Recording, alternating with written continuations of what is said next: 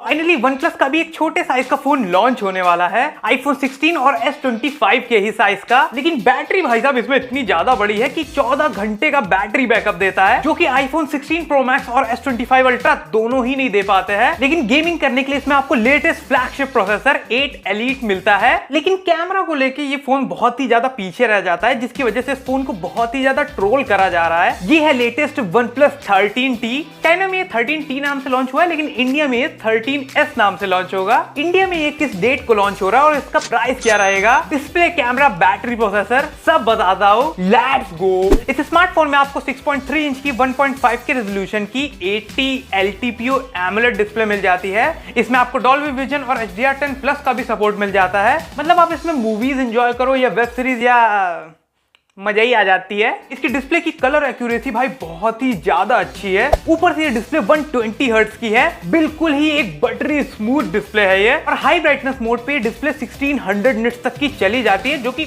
अच्छा खासा ब्राइटनेस है। और बेजल्स आप देख सकते हो इस फोन की कितने ज्यादा स्लिम है। फोन का प्राइस तो मैं आगे बताऊंगा, लेकिन ये फोन जिस प्राइस पे आ रहा है उस प्राइस पे इतने ज्यादा छोटे बेजल्स भाई साहब ऊपर वाले। और इसमें आपको 2160 हर्ट्ज की PWM डिमिंग मिल जाती है, लेकिन इसमें आपको गोरिल्ला ग्लास की प्रोटेक्शन नहीं मिलती है। Xiaomi वालों की खुद की ही क्रिस्टल शील्ड ग्लास की प्रोटेक्शन है इसमें। वो तो फोन हाथ से गिरने के बाद ही पता चल जाएगा कि फोन पहले जेब में जाता है या सर्विस सेंटर में।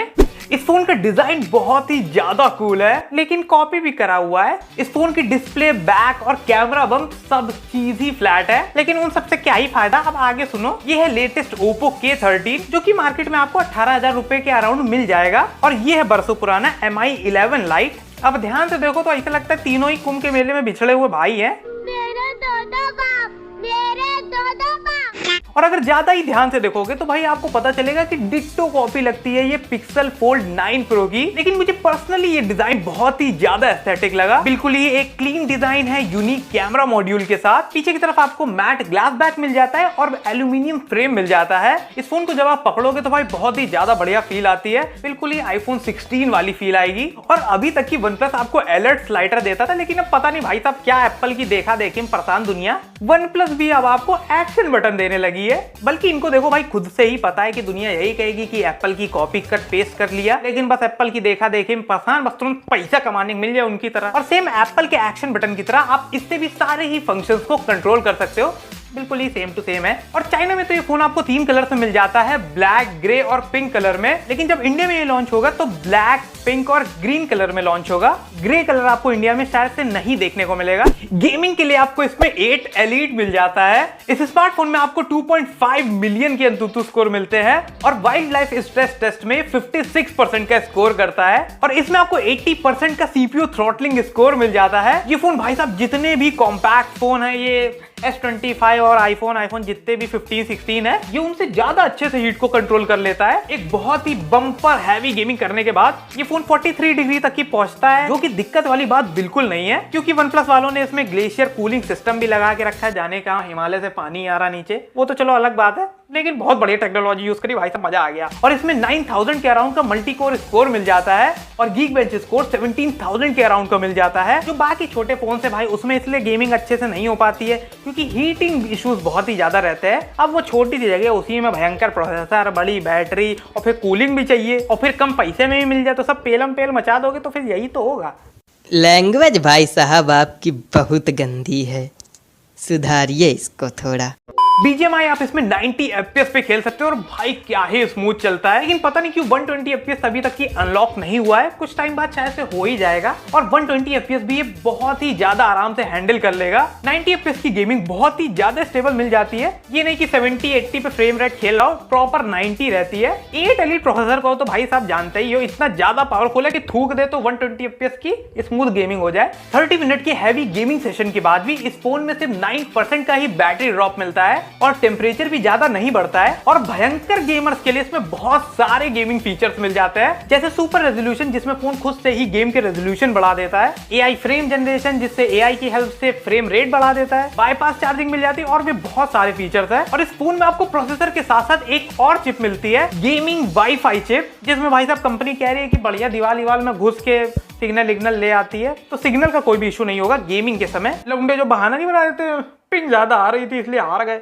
वो सब मैटर नहीं होगा। आप लोग का मूड इतना ज्यादा बढ़िया हो गया होगा, चलो उसको थोड़ा सा बेकार करते हैं। इस फोन में आपको डुअल कैमरा सेटअप मिल जाता है, 50 मेगापिक्सल का मेन OIS कैमरा और 50 मेगापिक्सल का 2x ऑप्टिकल जूम कैमरा। और इतने ज्यादा पैसे देने के बावजूद भाई आपको अल्ट्रा वाइड कैमरा मिलता ही नहीं है। सोचने वाली बात है कि अगर एक बार को टेलीफोटो कैमरा ना देती, गाली तो तब भी पड़ती, लेकिन अगर एक बार को ना देती तो डिजिटल जूम करके उसमें AI से काम करके फोटो बढ़िया हो सकती थी। इतनी कॉस्ट कटिंग करने के बावजूद इस फोन में इतनी कुछ खास फोटो भी नहीं आती है। मेन कैमरा से अगर आप डे लाइट में फोटो लेते हो तो भाई डिसेंट फोटो आ जाती है, लेकिन जैसे ही लो लाइट फोटोज की बात होती है भाई साहब बिल्कुल ही रेड़ मार देता है इसका कैमरा। आप खुद ही देख सकते हो क्या रिजल्ट निकल के आए। और टेलीफोटो कैमरा में भी कुछ इसने इतनी बड़ी कोई तोप नहीं मारी है, टेलीफोटो से भी ये ठीक ठाक फोटो दे ही देता है। डिटेल्स आपको इतनी ज्यादा कुछ नहीं मिलती है। एक फ्लैगशिप फोन से आप जैसी फोटो डिजर्व करोगे और जैसी फोटो उसके प्राइस को जस्टिफाई करनी चाहिए, वैसी फोटोज आपको इसमें नहीं देखने को मिलेंगी।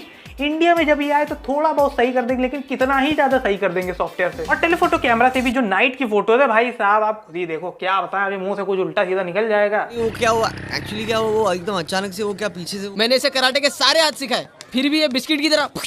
और वीडियो क्वालिटी भी कुछ इतनी खास नहीं है। हालांकि आपको इसमें 4K 60 FPS की वीडियो रिकॉर्डिंग मिल जाती है, वो भी डॉल्बी विजन और HDR के सपोर्ट के साथ। डिटेल्स आप लोग वीडियो में देख ही सकते हो, बिल्कुल भी नहीं मिलेंगी। और कलर सैचुरेशन भी आपको इतना कुछ खास नहीं मिलेगा। और धोखे से रात में ना वीडियो बना लेना, फोन पटक के तोड़ डालोगे, ऐसा लगता है कोई बहुत ही ज्यादा सस्ते फोन से वीडियो रिकॉर्ड कर रहे हो। और सेल्फी कैमरा भी आपको इसमें कुछ खास नहीं मिलता है, डिसेंट ही फोटोज आती है, लेकिन वीडियो में ये सिर्फ 1080 30 FPS ही दिए हैं। 60 FPS तो दे देते भाई साहब, 2K की तो दूरी छोड़ दो बिल्कुल। और इस फोन में आपको IP65 मिलता है, 68 की रेटिंग है ही नहीं। इसी जगह अगर आप S25 या iPhone 15 या 16 को भी देख लो तो आपको IP68 की रेटिंग मिलती ही मिलती है। और इसमें अंडर डिस्प्ले फिंगरप्रिंट स्कैनर मिल जाता है, ऑप्टिकल वाला है, ये अल्ट्रासोनिक वाला नहीं है। IR ब्लास्टर मिल जाता है जिससे टीवी AC सब कंट्रोल कर सकते हो। गर्मी बढ़िया चल रही है तो बढ़िया AC स्टीरियो स्पीकर्स मिल जाते हैं, जो कि इतना भी कुछ खास नहीं है आईफोन या सैमसंग के बराबर के, बट हाँ डिसेंट है। और ये फोन 12 और 16 GB की LPDDR5X रैम के साथ आता है